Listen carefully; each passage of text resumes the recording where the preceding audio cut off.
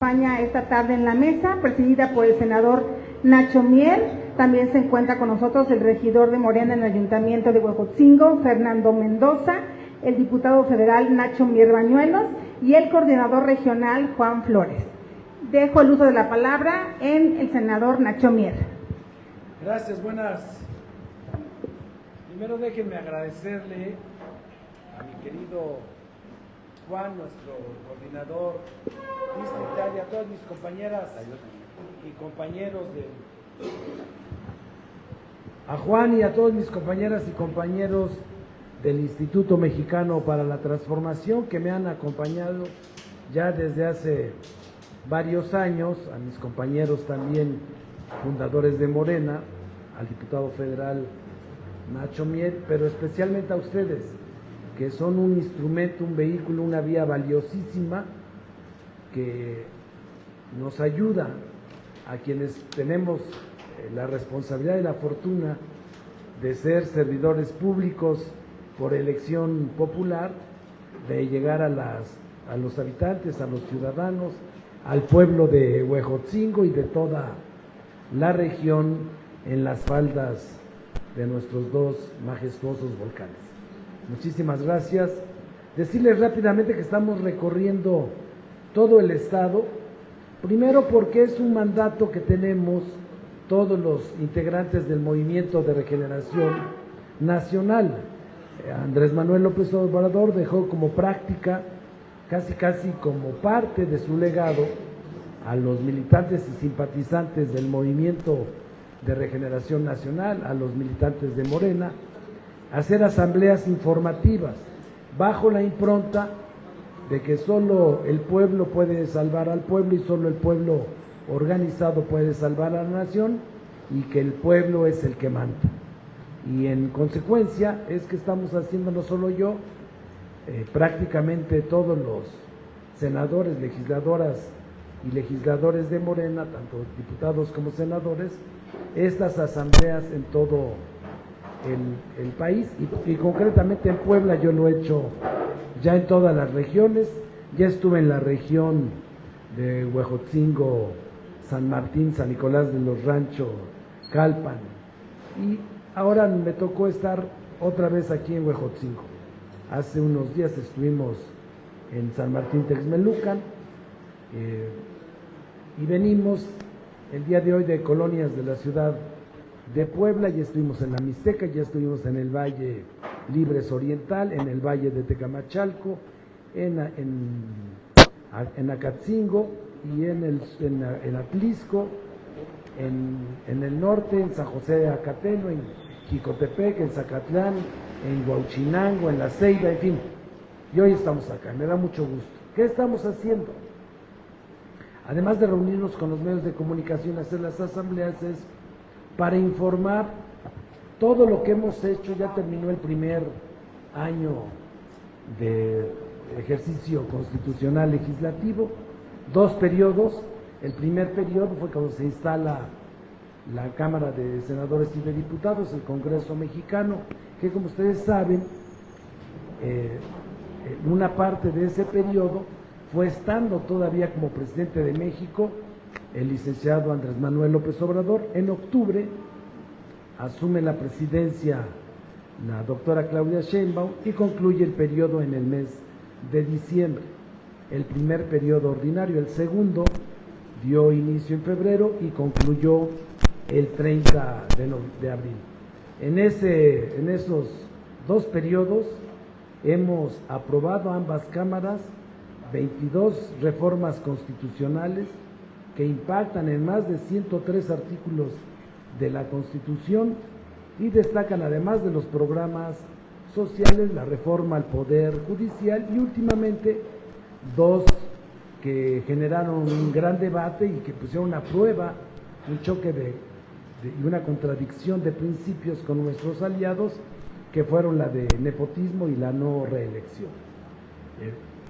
Vamos a tener un periodo extraordinario el próximo mes de junio, en el que vamos a abordar, entre otras, las leyes pendientes en materia de Guardia Nacional, 2 leyes que están en materia de Seguridad Ciudadana y de Inteligencia en Cámara de Diputados. Tenemos pendiente 9 reformas que tienen que ver con el funcionamiento de lo que va a ser el nuevo Poder Judicial, asimismo la de telecomunicaciones, que se está realizando los conversatorios, una revisión integral de sus más de 300 artículos y 26 transitorios, y en paralelo con la agenda conjunta de colaboración con el Gobierno de la República, la relación bilateral, comercial y de migración y seguridad con los Estados Unidos de Norteamérica. Eso es pues lo que estamos informando ya con detalle en las asambleas, pero hoy, al tiempo de agradecerle nuevamente a mis queridos compañeros y a ustedes su presencia, estoy a sus órdenes, estamos a sus órdenes, tanto el diputado federal Ignacio Mier como su servidor, para las preguntas que quiera realizar. Aquí tengo el micrófono, si gustan se van presentando quien desee preguntar, su nombre, su medio y la pregunta. Muy buenas tardes, Orlando Chique, Entérate Puebla. Senador, ¿qué es cierto que estas giras pretenden que ya adelantar el proceso para el próximo 2030, en el que usted buscaría la candidatura para lo que es la gubernatura del estado? ¿Qué de cierto hay sobre estas giras que está usted haciendo al interior del estado? Gracias. Bueno, pues que eso es política ficción, y eso es solo para los adelantados y para los que no saben de esto. Miren, yo llevo muchísimos años en esto. A mí me tocó fundar el Movimiento de Regeneración Nacional en Puebla. Recorrí en 3 ocasiones con López Obrador todo el estado. Formamos el partido Morena como un instrumento electoral para acceder al poder, pero que no sustituía al Movimiento de Regeneración Nacional. Y el movimiento, repito, es la impronta para nosotros, y que no debemos olvidar ninguno de los que somos integrantes de Moreno, de informarle al pueblo. Yo soy, por la decisión libre de 2 millones de poblanos, senador de la República, pero aún sin serlo, recorrí el estado, y lo vamos a hacer porque ahora tengo otra obligación, la de informarle al pueblo lo que estamos haciendo. Siempre se ha criticado de políticos de elección popular que no regresan, que piden el voto, que se aprovechan de la buena fe y de la confianza de la gente, y no regresan al territorio, se convierten en políticos de escritorio. Y nosotros tenemos esa, primero, convicción, segundo, es un mandato de los estatutos de Morena, de su declaración y programa de acción, y es un compromiso y una convicción que yo tengo. Vamos a seguir haciéndolo. Vamos a recorrer los 217 municipios, voy a informar de lo que estoy haciendo de manera oficial. Lo tengo que hacer también conforme a la Ley General del Congreso, porque además nos dan recursos para eso. Tengo que realizar mi informe anual de actividades. Estoy terminando 2 libros, uno de ellos es mi papel como legislador, que me tocó la transición en el Plan C como coordinador de los diputadas y diputados de Morena, y ahora como vicecoordinador y senador en la actual legislatura. Yo le diría a todos los demás que no la frieguen, los adelantados, falta mucho. Uno, apenas lleva 6 meses mi querido gobernador, hay que ayudarlo, hay que fortalecer la unidad al interior de nuestra coalición, no solamente con los que provenimos del movimiento vía Morena, sino de nuestros hermanos aliados, el Partido Verde y el Partido del Trabajo. Muy buenas tardes, saludos a la mesa. Israel Tepux, de Periódico Innovación. Senador, preguntarle, pues sabemos son tiempos difíciles que está viviendo México, preguntarle desde el Gobierno de la República, de usted cuál encabeza ahí una senaduría, ¿qué estrategia está tomando la doctora Claudia Sheinbaum contra los aranceles, con todo lo que está viviendo, el regreso de los migrantes que enfrenta pues el presidente de los Estados Unidos, Donald Trump? Si nos pudiera comentar qué estrategia tiene el Gobierno de México. Gracias. Miren, México forma parte del Tratado de Libre Comercio con América del Norte, Estados Unidos, Canadá y México. Ahí están establecidos aranceles preferenciales.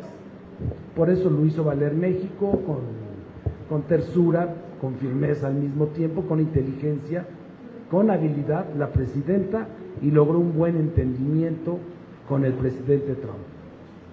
Está el tema de migración, que el anterior titular hizo un buen trabajo, lo mantuvo, estaba preparada toda una logística para recibir a nuestros hermanos compatriotas que, sumados entre los que nacieron allá y los que se fueron a vivir allá, son más de 30 millones de mexicanos que viven allá. Somos una tercera parte de mexicanos viven en Estados Unidos, y recibirlos para aquellos que carecen de documentación. Afortunadamente fueron muy por debajo de lo que se esperaba, pero el gobierno de la República mantiene establecida la logística en coordinación con Guardia Nacional, los gobiernos de las fronteras con México y de los estados que más expulsan, entre ellos el estado de Puebla, el estado de Zacatecas, el estado de Guerrero y Durango. Y por otro lado está el tema para las remesas. Recientemente presentó entre una serie de medidas impositivas, generar y establecer adicionalmente a la carga fiscal que ya tienen, impuestos nuevos para las remesas. Aclaro, no solo para las remesas de trabajadores mexicanos, sino es para todo aquel que trabaje en Estados Unidos, que le venga un salario o una utilidad y que la envíe a su país de origen, que puede ser Colombia, Venezuela, Cuba, México, un impuesto del 5%. Bueno, va a haber una delegación, yo tengo el honor de que voy a encabezar la delegación de legisladores, que vamos a tener una reunión en la próxima semana, y es una delegación plural que va encabezada por su servidor en mi carácter de vicecoordinador general del Senado, en el Senado de la República. Y vamos a tratar precisamente eso, que yo les puedo anticipar, más allá de una medida de carácter fiscal impositiva para fortalecer la hacienda en los Estados Unidos, es una medida que también atenta contra la dignidad humana, atenta contra la propia declaración de independencia de los Estados Unidos. Son derechos, nacimos libres, lo dice puntualmente la Carta de Independencia en los Estados Unidos, y vamos a hacer valer esos principios y derechos inalienables de la libertad, la dignidad, y los fiscales y comerciales, de que no pueda haber doble tributación. ¿Qué tal? Buenas tardes, presidium, senador. Más que nada yo tengo dos preguntas. La primera sería, senador, ¿cuáles son las iniciativas que tiene usted próximamente a presentar en el Senado? Y segundo, es bien dicho lo que acaba de decir en el aspecto de que es muy pronto en hablar de gobernaturas, pero mi pregunta es, ¿no descarta esa posibilidad de buscarla? Bueno, primero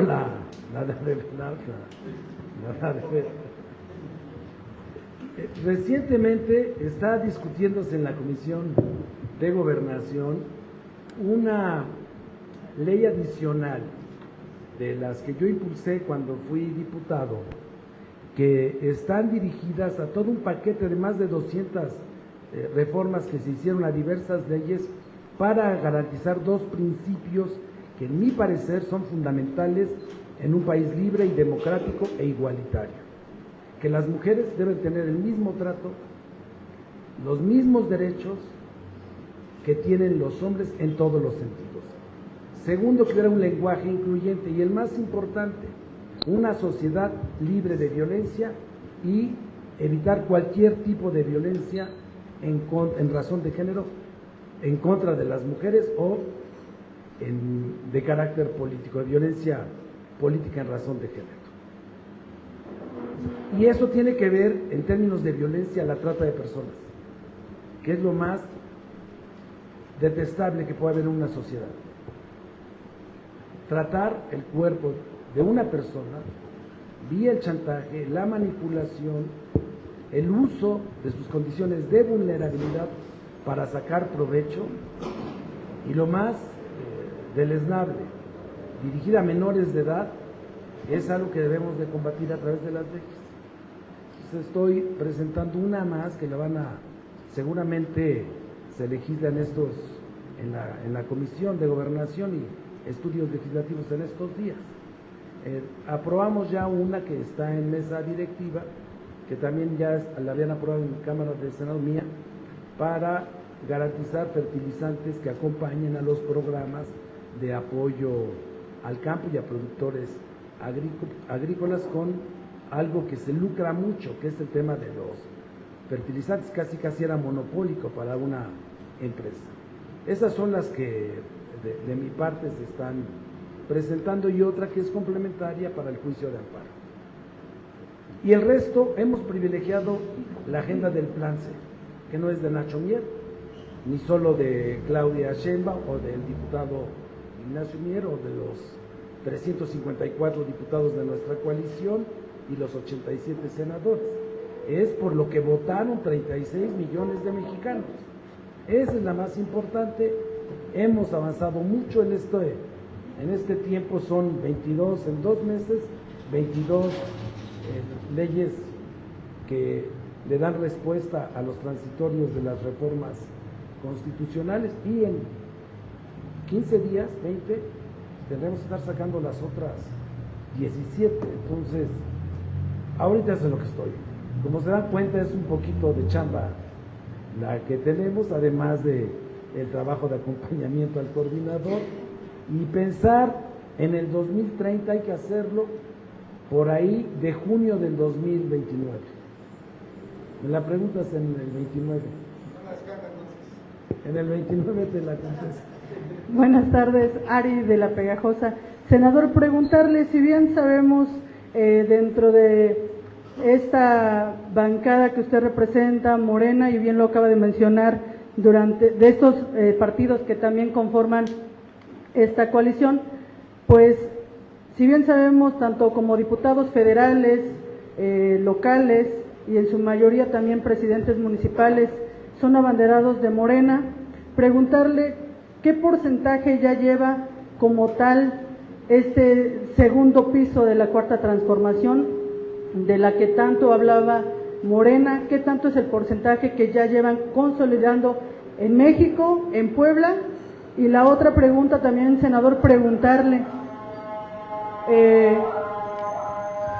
si bien sabemos, el gobernador del estado de Puebla se ha unido a este tema de la obra comunitaria. Usted como senador se estará también llevando a cabo este programa con el fin de recuperar diferentes espacios del estado de Puebla. Bueno, ¿cuáles eran los compromisos que hicimos con el pueblo de México cuando nació Morena? Primero, por el bien de todos, primero los pobres. ¿Qué hemos hecho? 30 millones de familias mexicanas están recibiendo al menos un programa social. Más del 50% de las familias mexicanas que están recibiendo un programa reciben 2. Y hay un porcentaje que están recibiendo 3 o 4 programas sociales. ¿Cómo se refleja eso en la transformación? Que los niveles de consumo de México dentro de los países de América es el más alto. Dentro de los países miembros del OCDE es de los más altos. No importó la pandemia, en cualquiera de las juntas auxiliares de Huejotzingo o de cualquiera otro de los 217 municipios, en las pequeñas localidades, rancherías, una familia necesitada estaba recibiendo un programa social. Son casi 1 billón de pesos, que está vinculado al otro principio, acabar con la corrupción. Sin contratar deuda, un solo peso. Yo era coordinador de la Cámara de Diputados, no se contrató para ninguno de los presupuestos deuda. La deuda acumulada es producto de la deuda que contrataron otros gobiernos y que al subir las tasas de interés, la reserva en los Estados Unidos o el Banco de México, se incrementa la deuda, como sucede cuando hay incremento de intereses. Pero la deuda en México, ahora que está bajando, va a volver a bajar, no la ha contratado el gobierno del acuerdo. Y acabamos con ese caño por el cual se iban miles de millones de pesos a bolsillos de funcionarios públicos o de políticos. Y ese es vinculante al otro. ¿Cómo se logró complementar los 945,000 millones de pesos de los programas sociales? Con un gobierno austero, con la austeridad que, por cierto, hace 8 días nuevamente hubo un recordatorio para todos los nuevos que se han incorporado a nuestro a que hagan suyo los principios de la cuarta transformación. Y uno de ellos es la austeridad. Y en eso hemos avanzado. Hemos avanzado en mantener la estabilidad macroeconómica de México. Ya no fue el primer sexenio, después de los 6, en que la inflación y la relación México el dólar o el peso frente al dólar siguen por debajo que cuando se fue el dólar. López Obrador llegó con inflaciones que estaban por arriba del 4%, cuando llegó al gobierno de López Obrador estaban actualmente en el 4.1%, que todavía por debajo de cómo lo dejó el presidente. Y en materia de la paridad del peso frente al dólar, llegó un momento en que nos venimos en 16 pesos de inflación frente a un dólar, actualmente anda en los 19.50, que todavía por debajo de cuando llegó el presidente López Obrador. Entonces eso es algo que hay que destacarlo. El número de personas registradas ante el Instituto Mexicano de Seguros Sociales de más de 23 millones de mexicanos, cuando llegó el presidente López Obrador no alcanzaban los 19 millones. En fin, ha habido un gran avance frente al gran desorden, al caos, a la corrupción que existe. ¿Se entiende? ¿Se entiende que tenemos un principio que es seguir disminuyendo el número de pobres, que disminuyeron 10 millones de familias mexicanas, dejaron la situación de pobreza, más de 2 millones de pobreza extrema, pero es necesario trabajar en reducir la desigualdad entre los que tienen y los que no tienen. Y el otro compromiso es consolidar el sistema de salud a través de un bienestar y fomentar la inversión. Y en eso hay que trabajar mucho, porque eso está vinculado a algo que también ha ido ya dando resultados en la política de coordinación en materia de seguridad pública. Escuelas y ejemplo de lo que está haciendo de manera coordinada el gobernador Arnel Tacón, en la presidencia de México y el gabinete de seguridad, encabezado por mi compañero senador con licencia Omar García. Esos son, diría yo, en resumen, los logros de la 4T, establecer ahora como reto seguridad, inversión para generación de empleo y reducir con ello la brecha de desigualdad. Senador, buenas tardes. Buenas tardes a la mesa, a las autoridades. Mi nombre es Martín Arellano, de Sónica Radio San Martín Texmelucan. Pues preguntarle, senador, hace un tiempo usted enfatizaba en que sus compañeros de Morena fueran austeros o que no gastaran tanto, ¿no?, en viajes, ropa, incluso, o viáticos o dietas, como le llaman los ingresos de los diputados senadores. Saber su opinión, si siguen en el mismo tenor, y cómo ve a Morena en este tema, cómo ha visto a sus compañeros, han respetado lo que dijo AMLO en el aspecto de la austeridad, cómo ve a Morena en este aspecto. Esa es una pregunta. Y la segunda pregunta, ¿por qué es importante promover la reforma judicial? En lo personal he escuchado, he leído que muchos empresarios pues están preocupados porque incluso puede haber fuga de capitales o incluso el nearshoring se puede detener debido a la incertidumbre que genera el que los jueces o magistrados sean electos por decisión popular y no como venía haciendo antes de esta reforma. Entonces, saber tus dos puntos de vista acerca de la austeridad